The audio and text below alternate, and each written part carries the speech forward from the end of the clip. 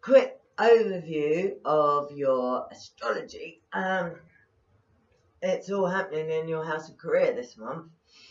So those of you looking at me going, well, I'm unemployed and it might all change in May. This could be the month that you get a new job that you love. Those of you who are working, you have Venus in your 10th house as well as the Sun and Mercury. So people are going to love you at work, and it's at the top of your chart. So your status, the way you are viewed. Mercury obviously is there as well. So if you are applying for jobs, apply. Don't stop. Go for the interviews. Don't sign anything until, when does it go forward? After the 23rd. So yeah, don't sign anything. No, I say that to everyone on every video. Don't sign anything after the 23rd, because Mercury is retrograde. But doesn't mean you can't look for jobs, you can't hunt for jobs. I mean, if you're in a job, your career is going to be busy, and that is where your focus is going to be, and indeed where it should be. There's Sun there, Mercury and Venus. You're going to be loved by your colleagues, by your workmates.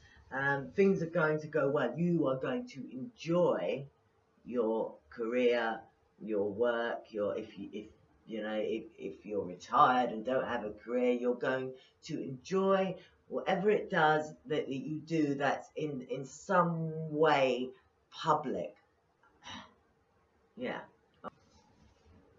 And Jupiter, that goes forward on the 10th in Virgo, falls in your 2nd house of money. And Jupiter is the planet of expansion, and it grows, and it's been going retrograde for a while, and now it suddenly starts moving forward. Well, it'll take a while to gradually get some momentum, but it will move forward. Your finances should do quite well. Yeah, this is a good time for, and you could maybe expand your premises. Wherever it is you live. The 2nd house is also property, and so yeah, fantastic. It's all looking good, really. I didn't want to mention it, but you got Mars retrograde. Mars is retrograde for all of us, and it's in your house of romance. So maybe you're backtracking over relationships, or Saturn's there as well. Maybe it's not been so brilliant. We're going to look at that now. Let's look at your tarot. Interesting. Well, major transformation in your relationship in May. Wow, that's a grand statement, Alison. Yeah. Okay, so from one state to another. So that could be from being single to being in a relationship, from being in a relationship to being single, to being in a relationship and changing something in that relationship. There's a million different connotations of this, but it's a card of huge transformation. Something is going to change. Something is going to have to die and be reborn. It's not a bad card. It's not a bad thing. It is all for the good. And in fact, it's I'll tell you what card it is. It's death. And it's actually one of my favorite cards. And it is about transformation, but there does have to be a death of something. I mean, it could be the death of something you're doing. It could be the death of an addiction. It could be a death of a way. It usually major change. And obviously, with change that major, it's there on the first week of May, but it'll probably take a lot longer. It's a longer process. It's not something that happens overnight. Whether that's good or bad, I don't know. But it will be for the best, whatever it is. The second week is amazing. Good collaboration. People love you, you love them. You're being very generous. That people are being generous to you. Lovely second week.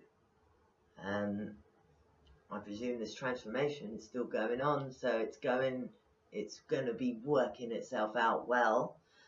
The third week, either you are going to be firing on all cylinders with thoughts of flying and here and there and wanting to get things done and cutting the wheat from the chaff and clearing out things. That's either how you're going to be, or someone around you, and maybe an air sign. That's Libra, Aquarius, Gemini. There'll be a lot of thoughts, a lot of words, a lot of writing, maybe. Things to do with communication and thinking and the logical process, and maybe it's all around whatever transformation has been rumbling all the way through the month. And it ends on you walking away from a problem. You could actually move. You could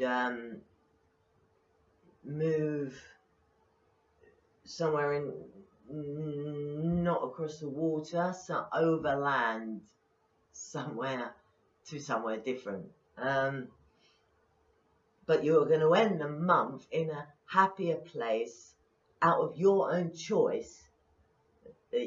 You've decided you're going to be happier somewhere else, whether that's by physically moving or just moving to a different space emotionally. And yes, this could be you splitting up with someone, and it's all for the best. Or it could actually be you meeting someone that totally transforms your way of thinking, your view of the world. Or if this doesn't apply and you're happily married, then there may be something within your relationship that changes. You know, you doesn't have to split up, but there's going to be some transformation that happens. And you walk away to somewhere better emotionally. You go to not that you are necessarily in a bad place, or well, maybe you felt you were, but from the outside, I don't think it might surprise people. You're moving to somewhere better. Does that make sense? I don't know. Obviously, this is a general reading. The only way to get a reading that is specifically for you is to book a private reading. You can do that by going to my website, tarotromance.com. Click the Get a Reading tab, or it should come up here. There should be, click one of these things, the details should be there. And you can get a reading. I do them over Skype or I do them over email. Okay, I'll see you in June.